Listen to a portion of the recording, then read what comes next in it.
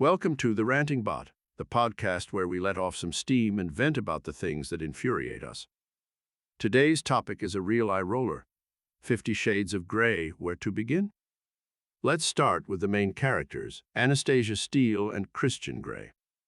The relationship between these two is nothing short of toxic, and it's problematic that it's romanticized in this so-called romance novel. Christian is possessive, controlling and emotionally and physically abusive, while Anastasia is a pushover who allows herself to be manipulated and degraded by him.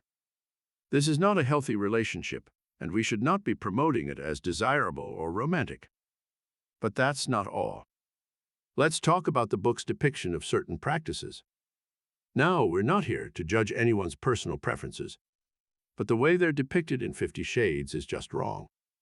Consent is critical in any relationship, and yet Christian repeatedly ignores Anastasia's boundaries and coerces her into things she's uncomfortable with. This is not a healthy way to engage in those practices.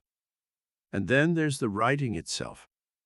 The prose is clunky, the dialogue is stilted, and the sex scenes are cringeworthy. It's amazing that a book with such poor writing became a bestseller. How did that happen?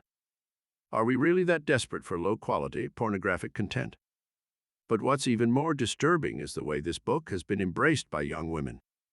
The fact that this kind of abusive relationship is being held up as desirable or romantic is deeply troubling.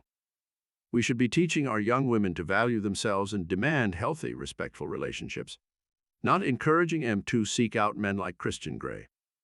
So, in conclusion, 50 Shades of Grey is a poorly written, abusive, and toxic piece of literature that should never have gained the popularity it did.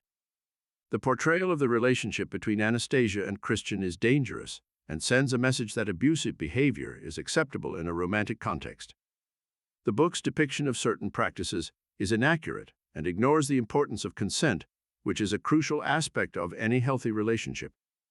The fact that this book has been embraced by young women is deeply concerning and sends the wrong message about what healthy relationships should look like.